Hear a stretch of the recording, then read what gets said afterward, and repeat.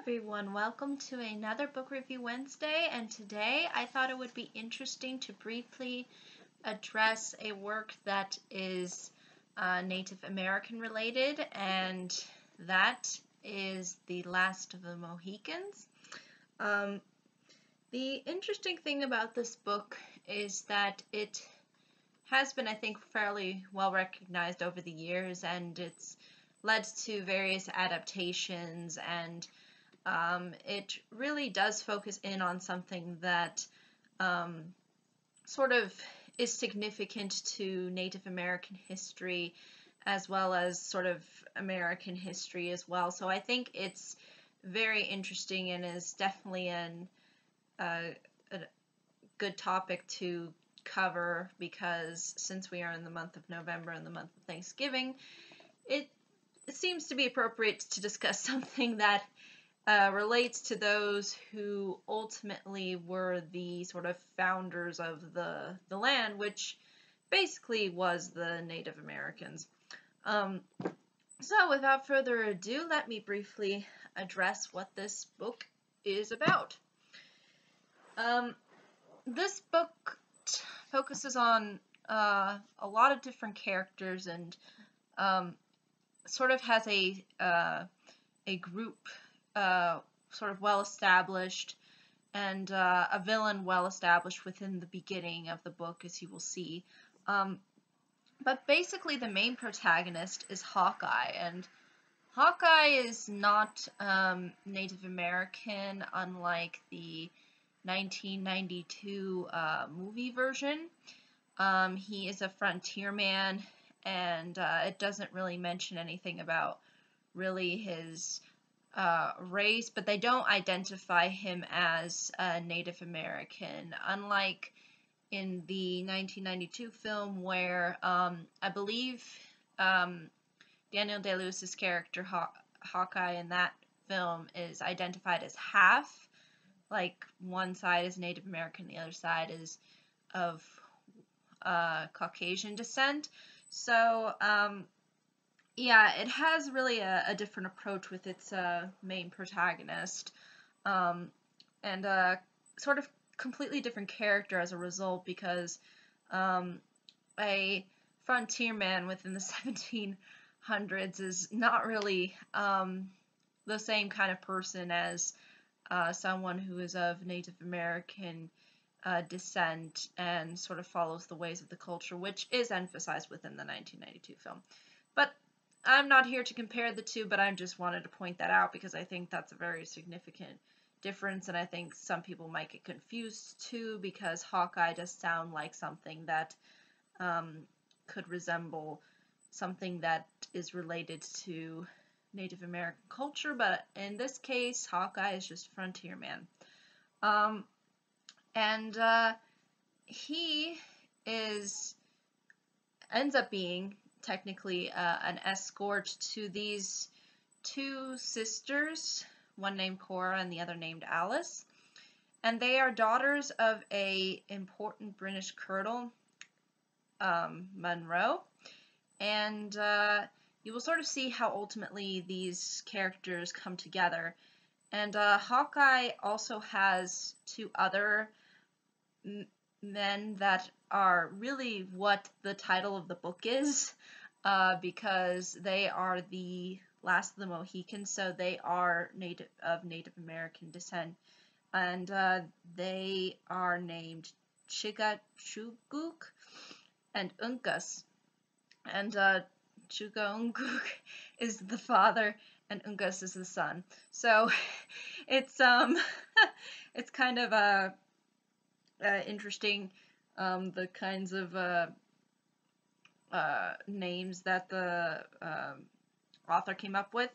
And by the way, the author is James Fenimore Cooper, and I think, or Fenimore Cooper, or Fenimore Cooper. Sorry if I'm pronouncing that incorrectly, but this is really his title work, just so in case anybody was wondering. He did other books, but this one is probably his most famous. So back to the plot.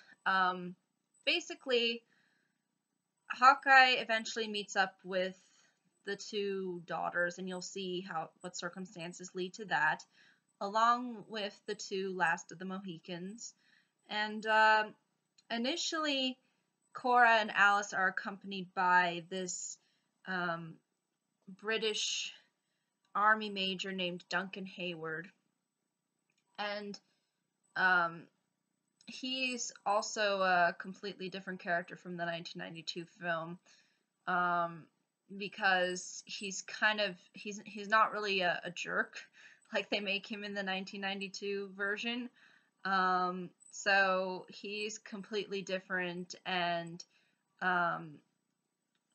plays an essential role in the plot, and is sort of like a buddy to everybody else, and is sort of part of the group of good guys. So he sort of stands out in that sense for being part of the British Army. And ultimately, the villain of this book is named Magua, and he is a Huron chief.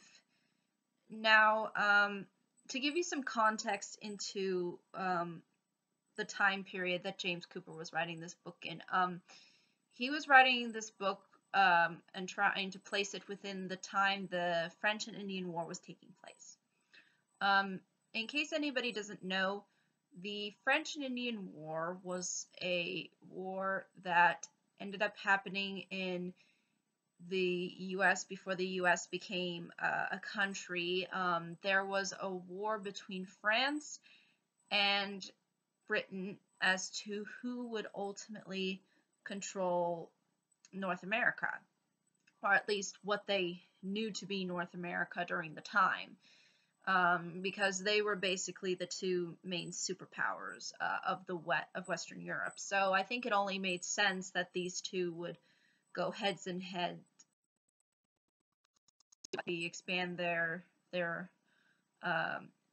ability to obtain resources, because during the time America was fairly plentiful, with food and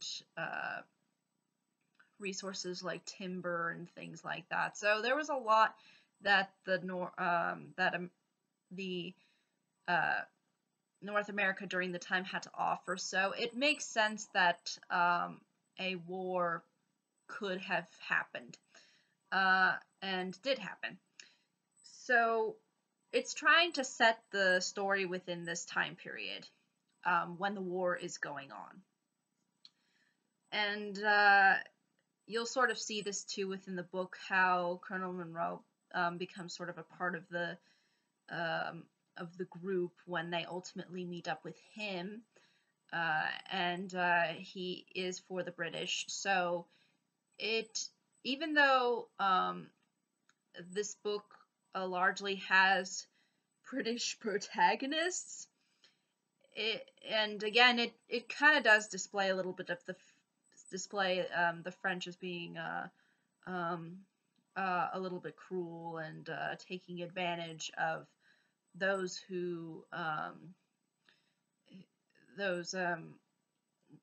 that were British.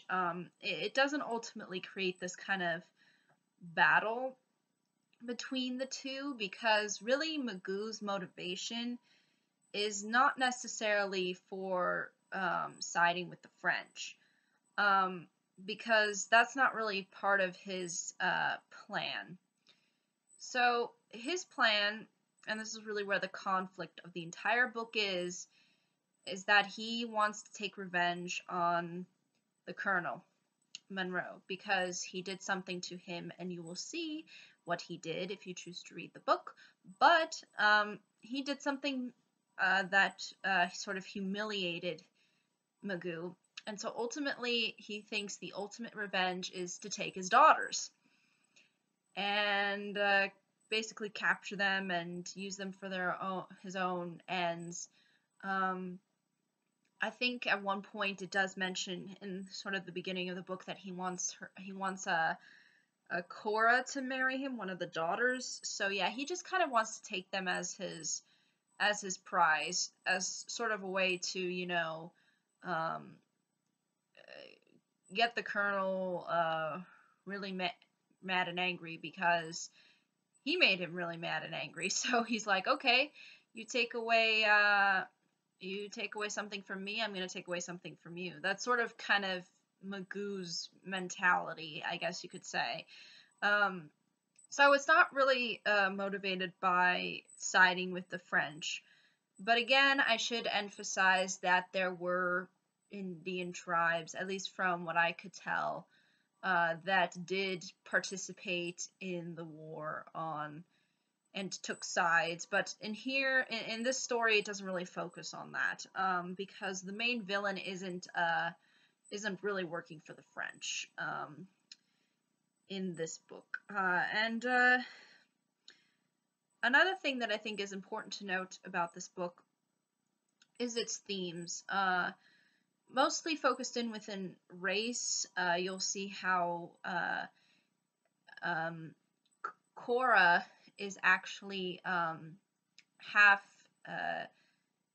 Negro or African or of African descent, and that's kind of presented within the story, and it doesn't try to say anything.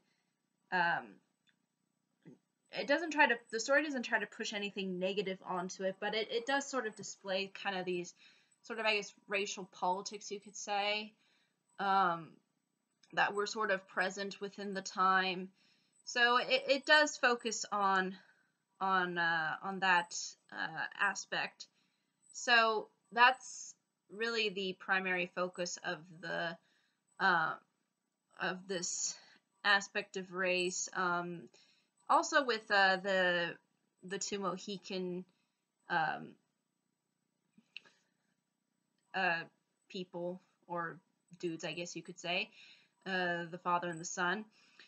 Their race is sort of focused in on at the way end of the story, when we see ultimately sort of who lives, who dies, and what ends up happening. And I think the book tries to paint itself out as a tragedy in a way, because there are just some things that end up happening that sort of reflect onto the kind of history that ultimately was sort of brought about to the Native Americans during the time, and a lot of that has to do with their heritage sort of being jeopardized. And you will see how this really plays into the book, how it sort of sums it up within the ending. So ultimately, that's really sort of the heart of the story. But largely, it's an adventure book because the characters are going from one plot point to another. There is development, although I won't say that there's a huge amount. There's, I think, still a significant amount to where it works for this kind of story because, again, it's trying to be character and plot driven, but I feel like that there is a lot of plot points and jumping around that the characters have to go through, that it ultimately leads to a lot less breather moments and more of, okay, we need to go to this and this point, and oh, this person is captured and we have to go and save this person, and so on and so forth. So that's kind of how this book is set up. So if you prefer books that are more based within talking and less within action, then this might not be the book for you. But I think that's ultimately all I can say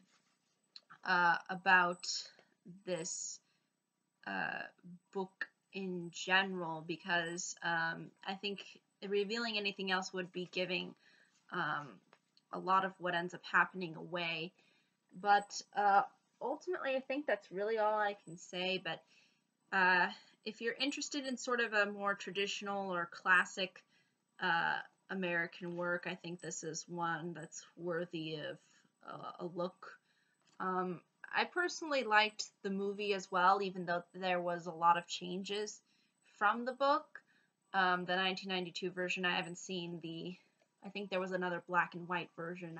I didn't see that version, um, ultimately, I think this book definitely hits certain points that I think is relevant to the sort of, I guess you could say, Native American experience and the early uh, American uh, colonial experience before ultimately independence was achieved. So it really gives you a sense of history that I don't think is really all that explored all that often. So I think that's why it's definitely worth a read. And again, it's all in sort of Old English, so if you have a problem with that too, that's probably an issue. But ultimately, I think that's really all I can say. If there are any questions, comments, concerns, I'd be more than happy to answer them. Thank you so much for watching. I hope you all have a pleasant day, week, month, and year, and I hope to see you all in the next video. Bye-bye.